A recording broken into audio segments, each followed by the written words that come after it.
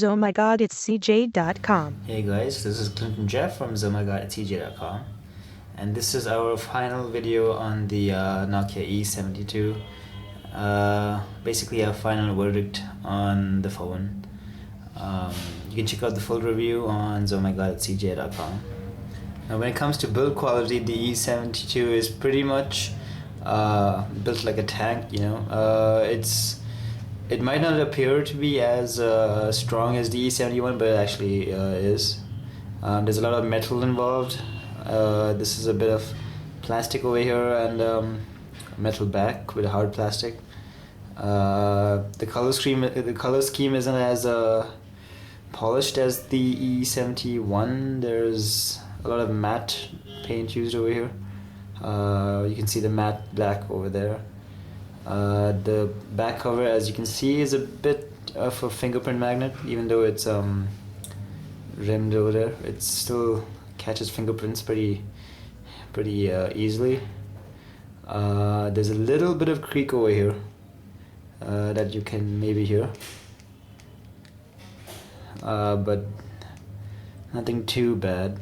The buttons have pretty good feedback to each of them, and they're pretty easy to use. You get used to it in a couple of maybe a day or two of use.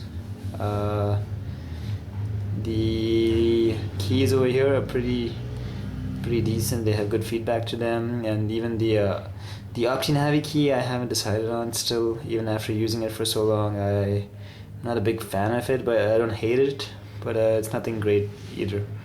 I would say the UI hasn't been designed to be take full advantage of the OptiNavi key.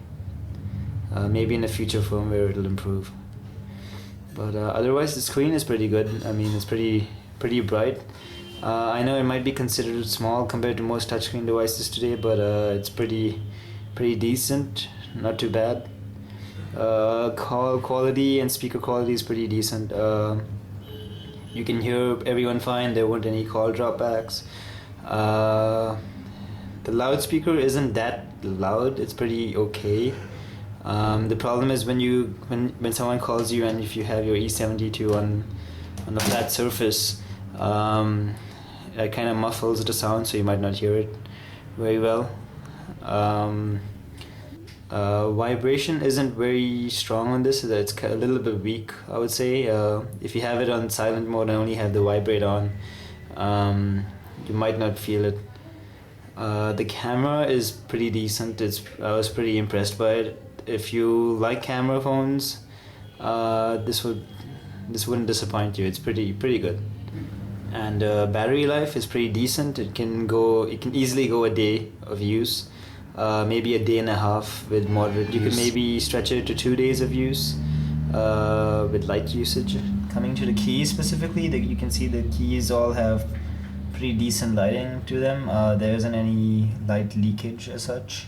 And another problem I thought with the E72 had was even the back cover has a tiny bit of creak to it. I don't know if you can hear that. It's just a little tiny bit of creak. It's a little bit loose too.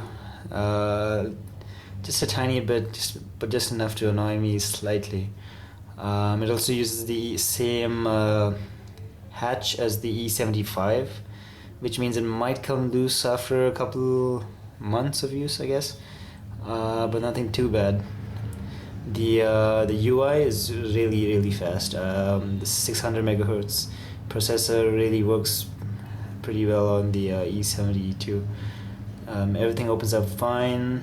You can multitask. You can keep on opening up programs, and it'll just keep on chugging along.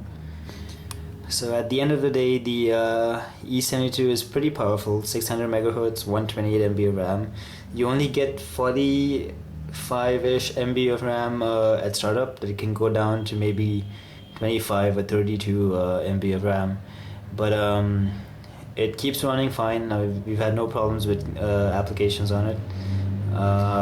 It's a real productivity machine. You can keep on, like we said before, we've never had any problems with opening applications or anything crashing. The Symbian version 3 is really stable by now.